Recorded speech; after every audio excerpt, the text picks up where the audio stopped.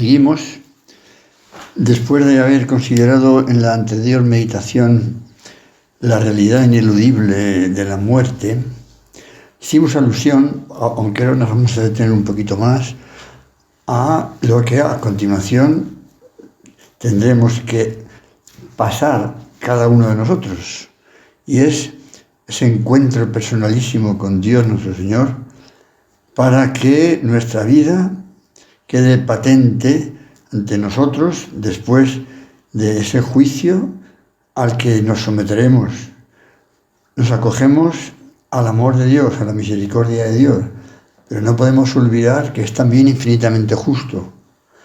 Por eso es muy importante que nosotros vivamos de cara a Él, examinándonos ahora con cierta frecuencia, cada noche brevemente en ese examen de conciencia, y después con bastante frecuencia también acudiendo al sacramento de la penitencia, al sacramento de la misericordia de Dios, sometiéndonos con gran confianza al amor y al perdón de Dios, manifestando con toda sinceridad y con toda contrición nuestras faltas, nuestros pecados, si fueran pecados graves, con más motivo, también las faltas de amor, los pecados veniales.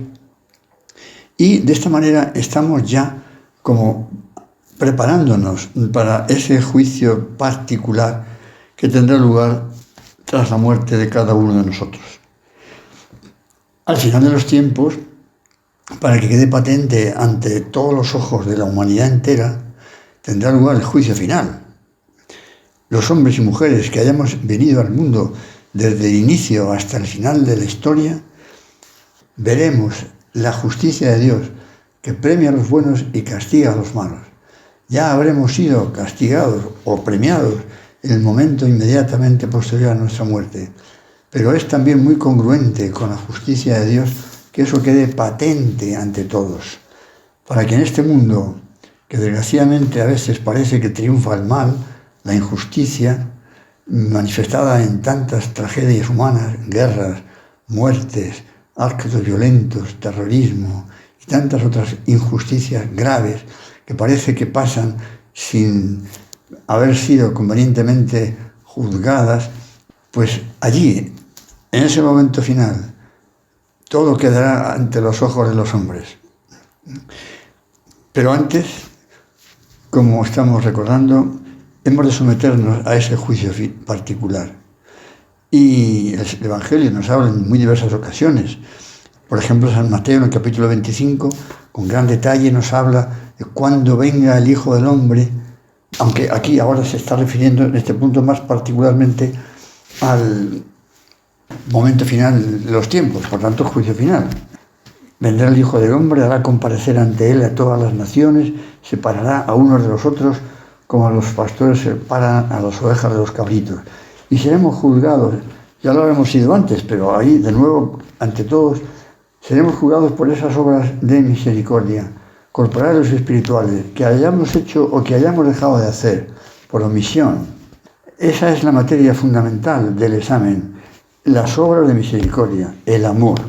Como nos dice de esa manera tan bella San Juan de la Cruz, al atardecer de la vida seremos juzgados en el amor. Por eso ahora, en este mundo nuestro, todas las cosas que hagamos nos deben servir para crecer en el amor a Dios y en el amor al prójimo. Eso es lo verdaderamente válido, meritorio delante de Dios. Si no fuera así, todo lo que hacemos puede tener cierta importancia, cierta relevancia ante los hombres, pero sería de una eficacia relativa o efímera si objetivamente no nos sirve para esto, para manifestar con obras nuestro amor a los demás, especialmente los más necesitados, y también el amor a Dios, que son esas dos caras de la única moneda que no pueden darse por separado, que se complementan mutuamente, que se refuerzan mutuamente. Así como nosotros ahora podemos tener a veces conscientemente una idea equivocada de nosotros mismos, equivocada porque nos interesa valorarnos, juzgarnos de una manera mucho más positiva, mucho más, en fin, beneficiosa, diríamos, para nuestro prestigio, para quedar bien ante los demás. Es decir, podemos ser poco sinceros con nosotros mismos, poco objetivos, por falta de humildad, por falta de humildad. También por falta de conocimiento propio, porque acabamos como deformando nuestra capacidad de conocernos, ya que estamos como negativamente influidos por ese prejuicio de disculparnos siempre, de encontrar siempre una justificación a nuestros errores, para no llamarles así, sino más bien de otra manera, más tranquilizadora. Pues ante Dios todo quedará absolutamente al descubierto, con toda claridad. Ciertamente decimos, con toda la misericordia, pero también con toda la justicia. Nos dice San Lucas, no hay nada escondido que no haya de saberse. Él conoce hasta nuestros más últimos pensamientos. Nos dice San Pablo en los Gálatas, no os engañéis, de Dios nadie se burla. Lo que el hombre sembrare, eso cosechará. Esta es la realidad, que nos tiene que llevar a ser realistas, a reconocer nuestros errores, nuestros fallos, nuestros pecados, para poder pedir perdón y que Dios realmente nos los perdone y ya estén perdonados para cuando llegue ese momento del encuentro definitivo en el juicio particular. También en el Antiguo Testamento, el libro del Eclesiástico, no escapará el pecador con sus rapiñas, ni se verá frustrada la paciencia del piadoso. Bueno, ese juicio particular. El ya beato cardenal Newman escribía unas cosas impresionantes sobre ese juicio particular, de una manera muy fuerte, pero muy real. Dice, después de la muerte viene el juicio particular, que será el momento más silencioso y terrible que jamás hayáis podido experimentar, porque será el momento tremendo de la expectación, en el que vuestra suerte para la eternidad estará en la balanza y estaréis a punto de ser enviados en compañía de los santos o de los demonios, sin que quede posibilidad de cambio. Esto no es para atemorizarnos, pero sí para prevenirnos, para hacernos prudentes, para vivir de cara a Dios, que, como acabamos de decir, ve hasta el último de nuestros pensamientos, al que no le podemos ocultar nada, al que no podemos engañar, al que no se va a regir por lo políticamente correcto, sino por la norma objetiva de la moral cristiana, llena de amor hacia nosotros, llena de amor hacia los pecadores, pero llena también de objetividad, de justicia. De modo que el juicio, tanto el particular como el final, tiene que llevar a esto, ¿no? A tener espíritu de examen, a saber ver nuestra conciencia a la luz de Dios. Cada noche, unos minutos, repasando cómo ha ido el día, qué he hecho bien, qué he hecho mal, qué podría haber hecho mejor, en qué me ha faltado amor de Dios, en qué me ha faltado amor a los demás, en qué me he buscado a sí mismo, aunque a veces supusiera pues fallar a esa delicadeza, a ese amor con los demás o a otras cosas. El examen de conciencia, que nos viene muy bien, por supuesto, con una gran sinceridad, por lo que estábamos diciendo hasta ahora, ¿no? El Señor elogia la sencillez, la sinceridad de las personas. Recordad aquel comentario a Natanael, un verdadero israelita, dice el Señor, Natanael, en que no hay doblez. Y eso que había dicho Natanael, un comentario peyorativo hacia Nazaret, cuando su amigo apóstol le dice que ha visto al Señor y que se lo va a presentar, y dice, ¿pero acaso de Nazaret puede salir algo bueno? Dice Natanael. No era precisamente un elogio hacia el Señor. Y sin embargo el Señor aprecia esa sinceridad, ciertamente con muy poca delicadeza, pero al fin y al cabo sincero. Dice lo que piensa. Ciertamente, repito, hemos de ser delicados. Decir lo que pensamos, si pensamos una barbaridad o pensamos cosas que no son prudentes, pues no se trata de decirlas, ya se entiende. La sinceridad es no ocultar a Dios y a nosotros mismos nada que Él realmente sabe, para que también nosotros lo sepamos, lo reconozcamos y podamos rectificar en la medida en que sea necesario. Bueno, todo esto nos sugiere, y más cosas, pero en fin, no podemos alargarnos demasiado, la existencia cierta de ese examen al que seremos sometidos. Pero como decía San José María algunas veces, para que no tengamos como ese temor. Temor es lógico que tengamos si vivimos de espaldas a Dios. Claro que sí, claro que sí. Santo temor de Dios, para evitar la ofensa, porque no queremos ser castigados. Santo temor.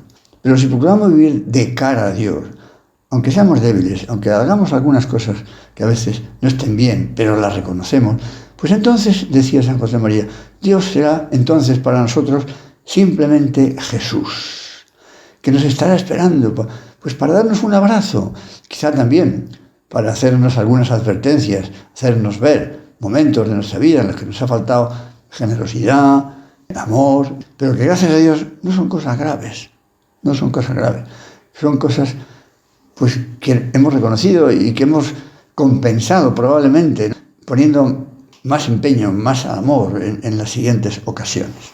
Bueno, y después de ese juicio viene el destino al que Dios envía al alma. Dogma de fe, infierno, purgatorio, cielo. Como decía Newman, momento terrible donde estamos a punto de ser enviados al cielo o al infierno. Él en ese pasaje no habla del purgatorio, pero ciertamente pues el purgatorio existe. El purgatorio como una muestra más de la misericordia de Dios, una muestra más de la misericordia de Dios. Los que han muerto en la gracia de Dios, pero insuficientemente purificados, y que, como nos dice el catecismo, en el cielo solamente entran los que están ya absolutamente limpios. Entonces, los que aún tienen que purificar la pena temporal debida a sus pecados, porque les ha faltado contrición, les ha faltado espíritu de penitencia, pues aunque están seguros de su eterna salvación, sufren después de su muerte una purificación, dice el catecismo, a fin de obtener la santidad necesaria para entrar en la alegría del cielo.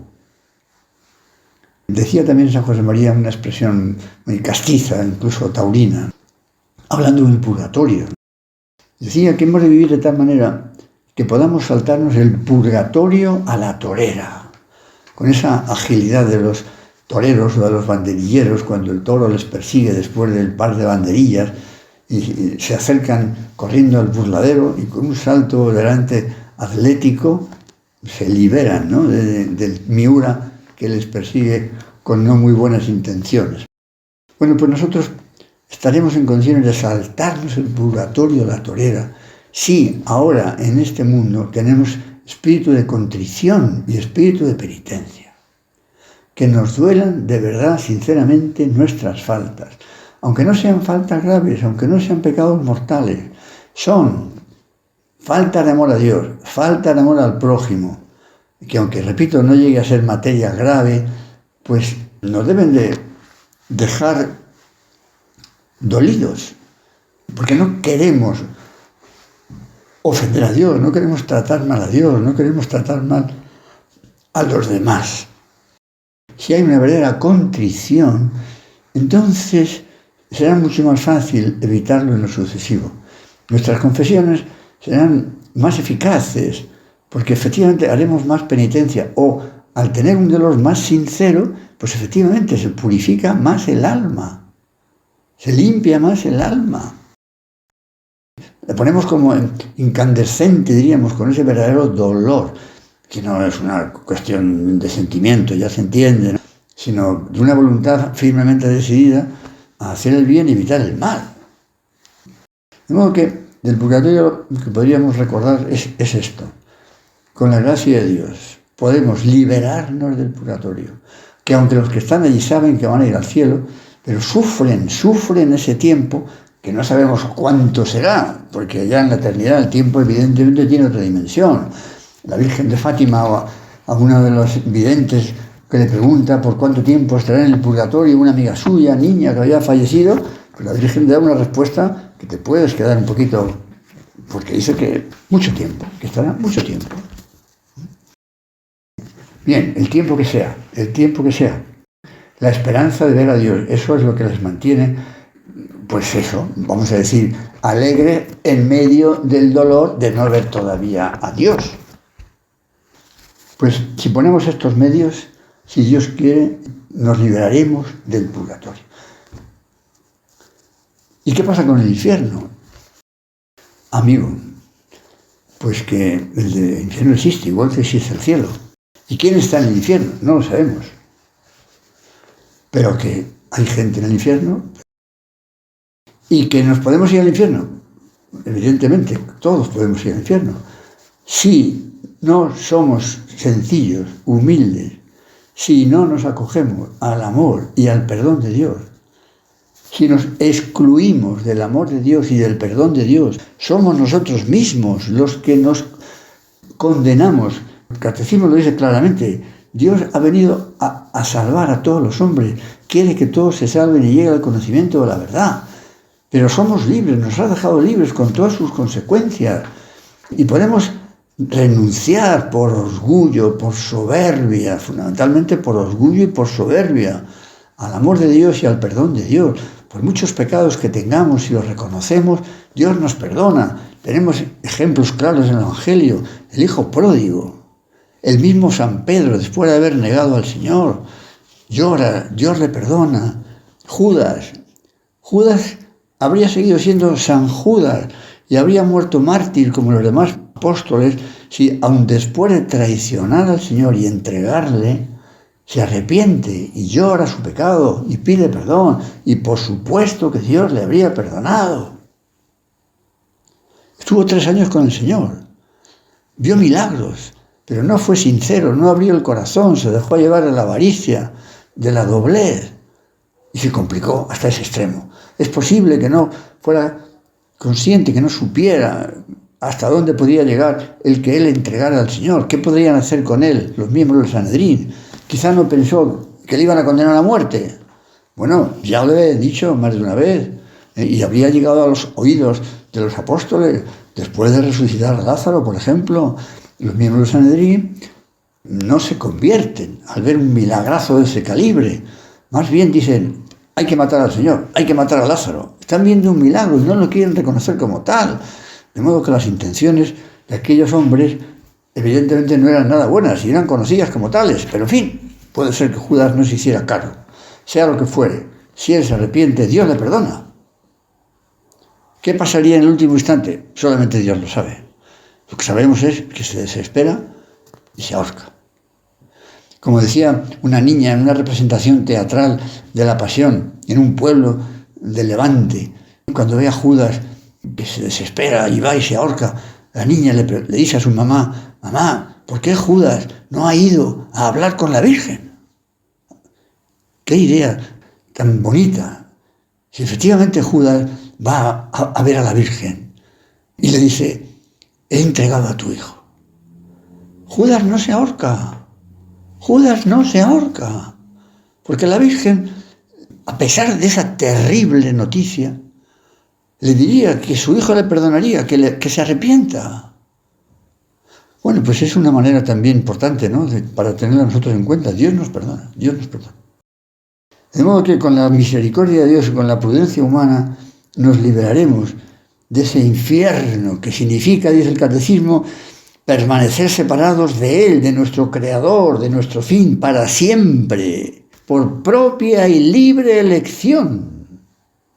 Ese estado de autoexclusión definitiva, autoexclusión, somos nosotros los que nos excluimos.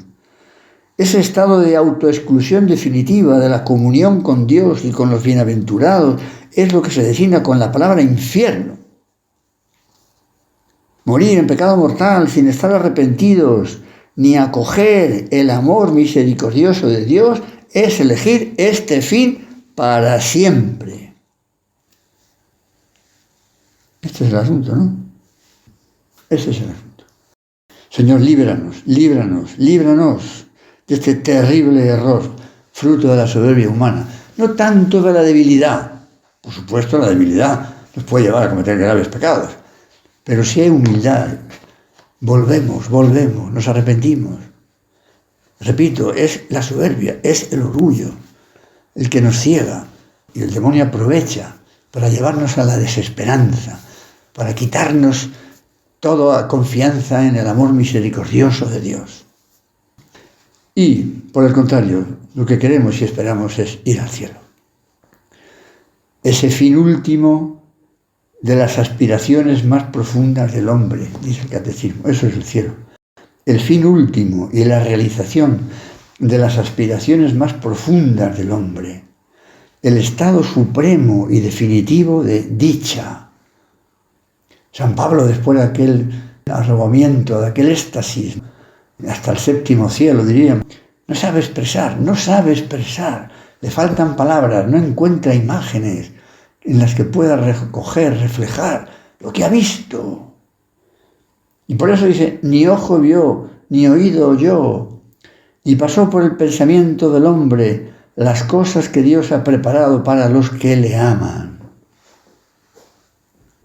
Nos ha preparado, sigue diciendo el catecismo, una vida perfecta con la Santísima Trinidad, una comunión de vida y de amor con cada una de las personas divinas y con la Virgen María y con los ángeles y con todos los santos y bienaventurados del cielo.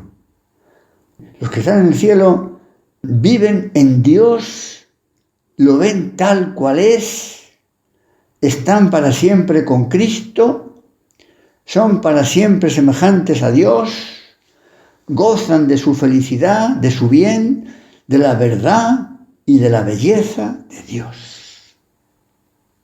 Hermanos, queridos amigos, esto es nuestra meta, para esto Dios nos ha traído al mundo. Allí, en el cielo, los que están encuentran su verdadera identidad.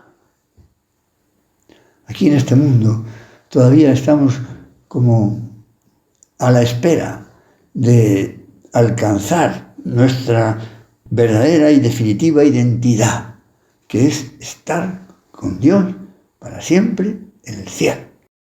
Criaturas creadas por Dios, sacadas del barro de la tierra, pero en las que Dios ha puesto un alma espiritual, inmortal, una capacidad de amar libremente, de perdonar, de pedir perdón y poder gozar de la amistad con Dios. En este mundo, a través de la vida de la gracia, de la oración, de los sacramentos, de las buenas obras, viendo a Cristo en los que sufren de una manera especial, como nos recuerdan las obras de misericordia que antes decíamos, para llegar al cielo para siempre, para siempre, para siempre. Todas las cosas de este mundo, por duras y difíciles que hayan podido ser, son un precio siempre insuficiente para lo que Dios nos tiene reservado. Pues vamos a acudir a la Virgen Santísima como el mayor atajo, el camino más rápido, el más recto para llegar al Señor, para volver a Él si nos hemos despistado, que ella nos acerque a su Hijo, nos facilite el perdón siempre que lo necesitemos y saquemos de ahí pues toda la gracia y la fuerza para no apartarnos ya nunca más del Señor. Que así sea.